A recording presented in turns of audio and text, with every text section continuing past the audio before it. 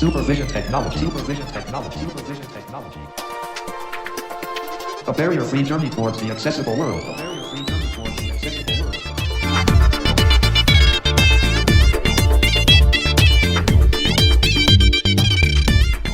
Hi hello welcome to Supervision Technology YouTube channel. ಆತ್ಮೀಯರೇ, ಮೊದಲ ಬಾರಿಗೆ ನೀವು ನಮ್ಮ ಚಾನೆಲ್ನಲ್ಲಿ ಟ್ಯುಟೋರಿಯಲ್ಗಳನ್ನು ವೀಕ್ಷಿಸುತ್ತಿದ್ದರೆ ಅಥವಾ ಈ ಮೊದಲು ನಮ್ಮ ಚಾನೆಲ್ಗೆ ಸಬ್ಸ್ಕ್ರೈಬ್ ಆಗಿಲ್ಲ ಅಂದರೆ ದಯವಿಟ್ಟು ಸಬ್ಸ್ಕ್ರೈಬ್ ಟು ಸೂಪರ್ವಿಷನ್ ಟೆಕ್ನಾಲಜಿ ಎಂಬ ಬಟನ್ ಮೇಲೆ ಕ್ಲಿಕ್ ಮಾಡುವುದರ ಮೂಲಕ ನಮ್ಮ ಚಾನೆಲ್ಗೆ ಸಬ್ಸ್ಕ್ರೈಬ್ ಆಗಿ ಮತ್ತು current setting is personalised notification ಎಂಬ ಬೆಲ್ ಬಟನ್ ನ ಕ್ಲಿಕ್ ಮಾಡುವುದರ ಮೂಲಕ ಸಿಗುವಂತಹ ಪಾಪ್ಅಪ್ ನಲ್ಲಿ ಆಲ್ ಎಂದು ಆಯ್ಕೆ ಮಾಡಿಕೊಳ್ಳಿ ಹಾಗೂ ನಾವು ಅಪ್ಲೋಡ್ ಮಾಡುವ ಎಲ್ಲಾ ಟ್ಯುಟೋರಿಯಲ್ಗಳನ್ನು ಪಡೆದುಕೊಳ್ಳಿ.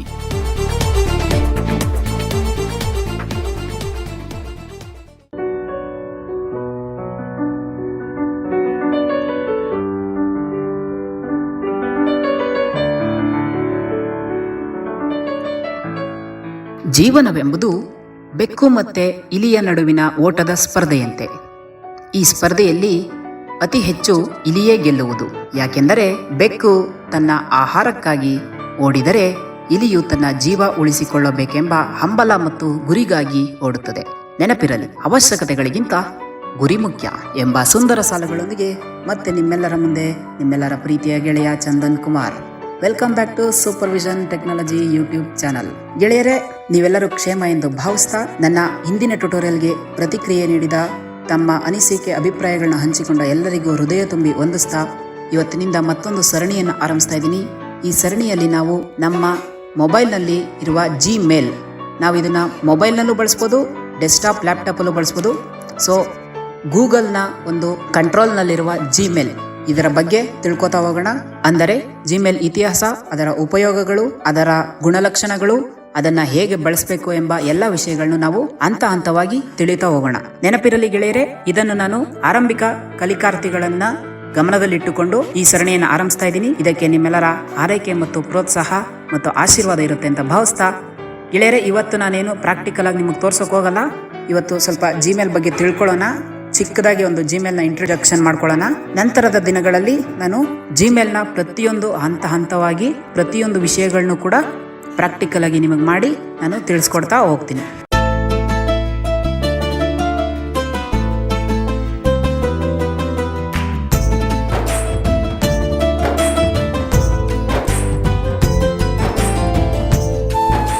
ಗೆಳೆಯರೆ, ಈಗ ನಾವು ಜಿಮೇಲ್ನ ಇತಿಹಾಸದ ಬಗ್ಗೆ ಸ್ವಲ್ಪ ತಿಳ್ಕೊಳ್ಳೋಣ. ಗೆಳೆಯರೆ, ನಿಮ್ಗೆಲ್ಲ ನೆನಪಿರ್ಬೋದು, ನೀವೆಲ್ಲ ಇತಿಹಾಸ ಓದಿರ್ತೀರ. ಹಿಂದೆ ಒಂದು ಕಾಲ ಇತ್ತು. ಆ ಕಾಲದಲ್ಲಿ ಏನಾದ್ರೂ ಒಂದು ಸಂದೇಶವನ್ನ ನಾವು ರವಾನಿಸಬೇಕಾದ್ರೆ ತುಂಬಾ ಕಷ್ಟದ ಒಂದು ಸಂಗತಿ ಅಂದ್ರೆ ತಪ್ಪಾಗಲ್ಲ. ಯಾಕಂದ್ರೆ ಒಂದು ಪಾರಿವಾಳಕ್ಕೋ ಅಥವಾ ಹದ್ದಿಗೋ ಒಂದು ಪತ್ರವನ್ನ ಕಟ್ಟಿ ಅದನ್ನ ಹಾರಿಬಿಡ್ತಾ ಇದ್ರು. ಅದು ಮತ್ತೊಬ್ಬನ ಹತ್ರ ಹೋಗಿ ಇದನ್ನ ಸಲ್ಲಿಸಿದ ನಂತರ ಸೊ ಅವನಿಂದ ಬರುವ ಪ್ರತಿಕ್ರಿಯೆಗಾಗಿ ಹಂಬಲಿಸುತ್ತಾ ಕಾತರಿಸುತ್ತಾ ಕಾಯ್ತಿದ್ರು. ಸೊ ಕಾಲಚಕ್ರ ಉರುಳಿದಂತೆ ಕಾಲಕ್ರಮೇಣವಾಗಿ ಇದು ಸರಿಯಲ್ಲ ಎಂಬ ಭಾವನೆ ಉಂಟಾಗಿ ದೂತರ ಕಡೆಯಿಂದ ಸಂದೇಶಗಳನ್ನ ಕಳಿಸೋಕೆ ಶುರು ಮಾಡಿದ್ರು. ಸೊ ದೂತರ ಕಡೆಯಿಂದ ಸಂದೇಶ ಕಳಿಸಿದ್ರು ಕೂಡ ಆ ದೂತರೇನಾದ್ರೂ ಮಧ್ಯದಲ್ಲೇ ಅಸುನೀಗಿದ್ರೆ ಅಥವಾ ಏನಾದ್ರೂ ದುರ್ಘಟನೆಗಳು ಸಂಭವಿಸಿದ್ರೆ, ಯಾಕಂದ್ರೆ ಆಗ ಸಾರಿಗೆ ವ್ಯವಸ್ಥೆನೂ ಇರಲಿಲ್ಲ. ಸೊ ಆ ಟೈಮಲ್ಲಿ ತುಂಬಾ ಕಷ್ಟಕರವಾದ ಒಂದು ಸಮಾಜ ಇತ್ತು. ಸೊ ಸಾರಿಗೆ ವ್ಯವಸ್ಥೆ ಇಲ್ಲದೆ ಇರೋದ್ರಿಂದ ಏನಾದ್ರೂ ಮಧ್ಯದಲ್ಲಿ ಹಸುನೀಗ್ಬಿಟ್ರೆ ಅಥವಾ ಏನಾದ್ರೂ ದುರ್ಘಟನೆಗಳು ಸಂಭವಿಸ್ಬಿಟ್ರೆ ಆ ಸಂದೇಶ ಅವ್ರಿಗೆ ತಲುಪ್ತಾನೆ ಇರಲಿಲ್ಲ.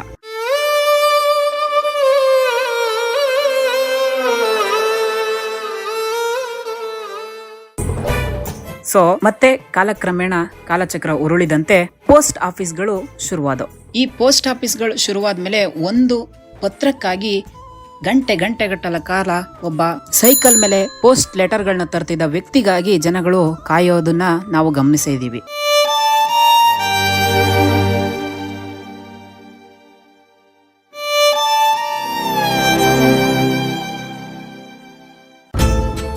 ಏನಿವನು ಜಿಮೇಲ್ ಬಗ್ಗೆ ಹೇಳ್ತೀನಿ ಎಂದು ಇತಿಹಾಸದ ಬಗ್ಗೆ ಮಾತಾಡ್ತಿದ್ದಾನಲ್ಲ ಅಂತ ಜಾಸ್ತಿ ಕನ್ಫ್ಯೂಸ್ ಆಗ್ಬೇಡಿ ಗೆಳೆಯರೆ. ಯಾವುದೇ ಒಂದು ವಿಚಾರವನ್ನು ನಾವು ತಿಳ್ಕೊಳ್ಳೋದಕ್ಕಿಂತ ಮುಂಚೆ, ಆ ಇತಿಹಾಸ ಶುರುವಾಗೋದಕ್ಕಿಂತ ಮುಂಚೆ ಪರಿಸ್ಥಿತಿ ಹೇಗಿತ್ತು ಎಂಬುದನ್ನು ತಿಳ್ಕೋಬೇಕಾಗಿರುವುದು ಅತ್ಯಗತ್ಯ ಎಂದು ಭಾವಿಸ್ತಾ ನಾನು ಇಷ್ಟೊತ್ತು ಮಾತಾಡಿದ್ದು. ಗೆಳೆಯರೆ, ಇಮೇಲ್, ಎಲೆಕ್ಟ್ರಾನಿಕ್ ಮೇಲ್ ಕನ್ನಡದಲ್ಲಿ ಇದನ್ನು ಮಿಂಚಂಚೆ ಅಂತ ಕರೀತಾರೆ. ಇದ್ರ ಬಗ್ಗೆ ನೋಡೋದಾದ್ರೆ ರೆಟ್ ಆಂಬ್ಲಿನ್ಸನ್ ಎಂಬವ ಅಮೆರಿಕದ ಸಂಶೋಧಕರು ಇದನ್ನು ಸಂಶೋಧಿಸಿದ್ದು. ಇದನ್ನು ಸಂಶೋಧಿಸಲು ಅವರು ಶುರು ಮಾಡಿದ್ದು 1960ರ ಪೂರ್ವಾರ್ಧದಲ್ಲಿ. ನಂತರ ಉತ್ತರಾರ್ಧದಲ್ಲಿ ಇದರ ಸಂಶೋಧನೆ ಸಂಪೂರ್ಣಗೊಂಡು 1971ರಲ್ಲಿ ಇದು ಬಳಕೆಗೆ ಬಂದಿದೆ. ಗೆಳೆಯರೆ, ಇಮೇಲ್ನ ಉಪಯೋಗಗಳೇನೆಂದ್ರೆ ಯಾವುದೇ ಒಂದು ಒಪ್ಪಂದಗಳು ಅಂದ್ರೆ ದೊಡ್ಡ ದೊಡ್ಡ ಕಂಪನಿಗಳ ಜೊತೆ ಒಪ್ಪಂದಗಳಾಗಿರ್ಬೋದು, ಅಥವಾ ಯಾವ್ದಾದ್ರು ಜಾಬ್ ನಾವು ಹುಡುಕ್ತಾ ಇದ್ದಾಗ ನಮ್ಮ ರೆಸ್ಯೂಮ್ ಕಳಿಸ್ಬೇಕಾದ್ರೆ ಈ ರೀತಿ ಎಲ್ಲ ನಾವು ಅಫಿಷಿಯಲಿ ವ್ಯಾವಹಾರಿಕವಾಗಿ ಇದನ್ನ ನಾವು ಬಳಸ್ಕೋತೀವಿ.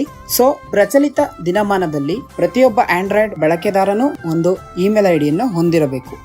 ಈ ಇಮೇಲ್ ನಮಗೆ ಡಿಜಿಟಲ್ ಪೋಸ್ಟ್ ಆಫೀಸ್ ತರ ಸೇವೆಯನ್ನ ಒದಗಿಸುತ್ತೆ. ನಾವು ವ್ಯಾವಹಾರಿಕವಾಗಿ ಆನ್ಲೈನ್ನಲ್ಲಿ ಏನೇ ಮಾಡಿದ್ರು ಅದನ್ನ ಅತಿ ಹೆಚ್ಚಾಗಿ ಇಮೇಲ್ನಲ್ಲಿ ಮಾಡ್ತೀವಿ. ಇಮೇಲ್ನಲ್ಲಿ ಹಲವಾರು ಪ್ರಕಾರಗಳಿದೆ. ಅದರಲ್ಲಿ ಫಾರ್ ಎಕ್ಸಾಂಪಲ್ ಯಾಹೂ ಆಗಿರ್ಬೋದು, ಔಟ್ಲುಕ್ ಆಗಿರ್ಬೋದು, ಜಿಮೇಲ್ ಆಗಿರ್ಬೋದು. ನಾವು ಜಿಮೇಲ್ ಬಗ್ಗೆ ಬರೋಣ. ಗೆಳೆಯರೆ, ಜಿಮೇಲ್ ಅಂದ್ರೆ ಗೂಗಲ್ ಮೇಲ್ ಅಂತ. ಸೊ ಇಮೇಲ್ ಅಂದ್ರೆ ಎಲೆಕ್ಟ್ರಾನಿಕ್ ಮೇಲ್ ಅಂತ. ಜಿಮೇಲ್ ಗೂಗಲ್ ನ ಅಂಡರ್ ನಲ್ಲಿ ಕಾರ್ಯನಿರ್ವಹಿಸುತ್ತದೆ. ಈ ಜಿಮೇಲ್ ಅನ್ನು ಗೂಗಲ್ ಕಂಪನಿಯಲ್ಲೇ ಕೆಲಸ ಮಾಡುತ್ತಿದ್ದ ಪೌಲ್ ಬುಜಿಟ್ ಎಂಬ ವ್ಯಕ್ತಿ ಸಂಶೋಧಿಸಿದ್ದಾನೆ.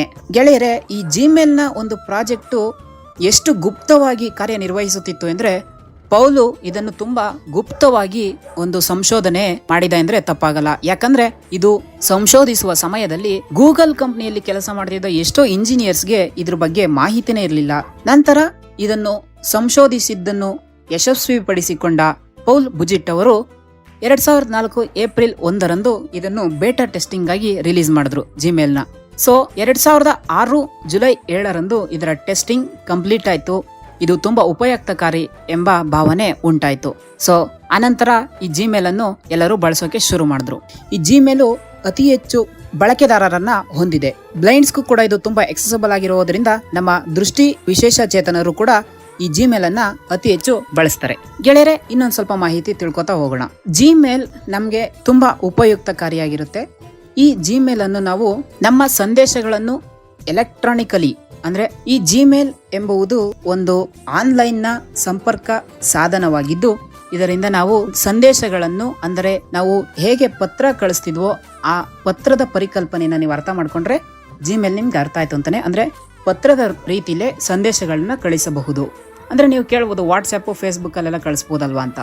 ವಾಟ್ಸ್ಆಪ್ ಫೇಸ್ಬುಕ್ ಅದಕ್ಕೆ ಇದಕ್ಕೆ ತುಂಬಾ ಡಿಫ್ರೆನ್ಸ್ ಇದೆ ಗೆಳೆಯರೆ. ಅಫಿಷಿಯಲ್ ಆಗಿ ನಾವು ಏನೇ ವರ್ಕಿಂಗ್ ಇದ್ರಲ್ಲಿ ಬಂದ್ರೆ ನಾವು ಜಿಮೇಲ್ನೇ ತುಂಬಾ ಬಳಸ್ತೀವಿ. ಯಾಕಂದ್ರೆ ಅಫಿಷಿಯಲ್ ಆಗಿ ಒಂದು ಗೌರವಾನ್ವಿತವಾಗಿ ಕಳಿಸಬಹುದು ಅನ್ನೋ ಉದ್ದೇಶದಿಂದ.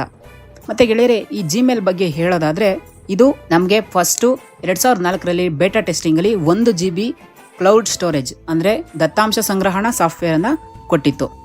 ಸೊ ಆನಂತರ 15 GBಯನ್ನು ಈಗ ಇದು ಕಲ್ಪಿಸಿದೆ. ಸೊ ಗೂಗಲ್ ಡ್ರೈವ್ ನಲ್ಲಿ ನಾವು 15 GB ಅಷ್ಟು ದತ್ತಾಂಶಗಳನ್ನು ಸಂಗ್ರಹಿಸಿ ಇಟ್ಕೋಬಹುದು, ಅಂದ್ರೆ ಡೇಟಾವನ್ನ ನಾವು ಇಟ್ಕೋಬಹುದು. ಇದು ನಮಗೆ ಆನ್ಲೈನ್ ಕ್ಲೌಡ್ ಸ್ಟೋರೇಜ್ ಆಗಿ ಕೂಡ ಮತ್ತೆ ಸೇಫ್ಟಿ ಲಾಕರ್ ಆಗಿ ಕೂಡ ನಮಗೆ ಕಾರ್ಯನಿರ್ವಹಿಸುತ್ತದೆ. ಮತ್ತೆ ಈ ಜಿಮೇಲ್ ಅಲ್ಲಿ ನಾವು ಕಾಂಟ್ಯಾಕ್ಟ್ಸ್ ಗಳನ್ನು ಕೂಡ ಸಿಂಕ್ ಮಾಡಿ ಇಟ್ಕೋಬಹುದು.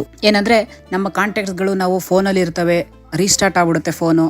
ಸೊ ಕಾಂಟ್ಯಾಕ್ಟ್ಸ್ ಎಲ್ಲ ಹೋಗ್ಬಿಡುತ್ತೆ. ಮತ್ತೆ ಸಿಮ್ ಅಲ್ಲಿ ಇರುತ್ತೆ, ಸಿಮ್ ಏನಾದ್ರೂ ಬೇರೆ ಕೈಗೆ ಸಿಕ್ಕಿ ನಮ್ಮ ಕಾಂಟ್ಯಾಕ್ಟ್ಸ್ ಗಳೆಲ್ಲ ಸೋರಿಕೆ ಆಗುವಂತ ಸಾಧ್ಯತೆ ಇರುತ್ತೆ. ಸೊ ಅದರಿಂದ ನಾವು ಜಿಮೇಲ್ಗೆ ಕಾಂಟ್ಯಾಕ್ಟ್ಗಳನ್ನ ಸಿಂಕ್ ಮಾಡ್ಬಿಟ್ರೆ ಸೊ ಈ ಕಾಂಟ್ಯಾಕ್ಟ್ಗಳು ತುಂಬಾ ಸೇಫ್ ಆಗಿ ಇರ್ತವೆ ಅಂತ ಹೇಳಿದ್ರೆ ತಪ್ಪಾಗಲ್ಲ. ಈ ಕಾಂಟ್ಯಾಕ್ಟ್ಗಳನ್ನ ನಾವು ಮತ್ತೆ ಯಾವುದೇ ಮೊಬೈಲ್ ಅಲ್ಲಿ ನಮ್ಮ ಜಿಮೇಲ್ ಐಡಿಯಿಂದ ನಾವು ಸೈನ್ ಇನ್ ಆದಾಗ ಸೊ ಮತ್ತೆ ನಾವು ಅದೇ ಕಾಂಟ್ಯಾಕ್ಟ್ಗಳನ್ನ ಪಡ್ಕೋಬಹುದು. ಇದು ಒಂದು ಅತ್ಯುತ್ತಮವಾದ ಉಪಯೋಗ, ಅತ್ಯುತ್ತಮವಾದ ಒಂದು ಸಂಗತಿ ಅಂತ ಹೇಳಿದ್ರೆ ತಪ್ಪಾಗಲ್ಲ. ಈ ಜಿಮೇಲ್ ಅಲ್ಲಿ ನಾವು ಬರೀ ಮೆಸೇಜಿಂಗ್ ಅಷ್ಟೇ ಅಲ್ಲದೆ ವಿಡಿಯೋಸ್, ಆಡಿಯೋಸ್, ಫೋಟೋಸ್ ಗಳನ್ನು ಕಳುಹಿಸಬಹುದು ಮತ್ತೆ ನಾವು ಸ್ವೀಕರಿಸಬಹುದು. ಇದರಲ್ಲಿ 25 MB ಅಷ್ಟು ನಾವು ಕಳುಹಿಸಬಹುದು, 50 MB ಅಷ್ಟು ನಾವು ಪಡೆದುಕೊಳ್ಳಬಹುದು.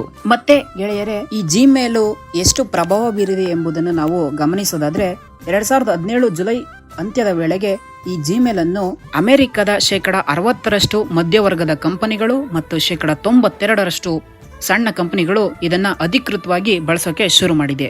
ಮತ್ತೆ ಗೆಳೆಯರೆ, ಈ ಜಿಮೇಲ್ 120 ಕೋಟಿ ಸಕ್ರಿಯ ಬಳಕೆದಾರರನ್ನು ಹೊಂದಿದೆ.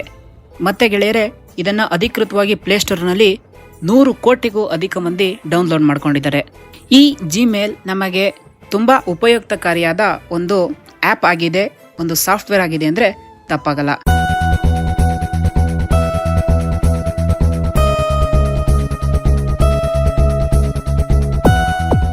ಗೆಳೆಯರೆ, ಈ ಒಂದು ನಾವು ಜಿಮೇಲ್ ಬಗ್ಗೆ ಕಲಿಯೋದು ತುಂಬಾ ಅಗತ್ಯಕಾರಿ ಮತ್ತು ಅವಶ್ಯಕಾರಿ ಎಂಬ ಉದ್ದೇಶದಿಂದ ನಾನು ಈ ಸರಣಿಯನ್ನ ಆರಂಭಿಸ್ತಾ ಇದ್ದೀನಿ. ಮತ್ತೆ ಗೆಳೆಯರೆ, ನಾನು ಜಾಸ್ತಿ ನಿಮ್ಗೆಲ್ಲ ತಲೆ ತಿನ್ನೋಕೆ ಹೋಗಲ್ಲ. ಸೊ ಮುಂದಿನ ದಿನಗಳ ಟ್ಯುಟೋರಿಯಲ್ಗಳಲ್ಲಿ ಇದನ್ನ ಹೇಗೆ ಬಳಸ್ಬೋದು ನಾವು ಎಂಬುದನ್ನು ಪ್ರಾಕ್ಟಿಕಲ್ ಆಗಿ ತಿಳ್ಕೊತಾ ಹೋಗೋಣ. ಸೊ ಈ ಒಂದು ಇಂಟ್ರೊಡಕ್ಷನ್, ಪರಿಚಯಾತ್ಮಕ ಒಂದು ಟ್ಯುಟೋರಿಯಲ್ ನಿಮ್ಗೆಲ್ಲರಿಗೂ ಇಷ್ಟ ಆಗಿದೆ ಎಂದು ಭಾವಿಸ್ತೀನಿ. ಮತ್ತೊಂದು ಟ್ಯುಟೋರಿಯಲ್ನೊಂದಿಗೆ, ಅಂದರೆ ಇದರ ಮುಂದಿನ ಭಾಗದೊಂದಿಗೆ ನಿಮ್ಮೆಲ್ಲರನ್ನ ಮತ್ತೆ ಸಂಧಿಸ್ತೀನಿ. ನಿಮ್ಮೆಲ್ಲರ ಆತ್ಮೀಯ ಗೆಳೆಯ ಚಂದನ್ ಕುಮಾರ್.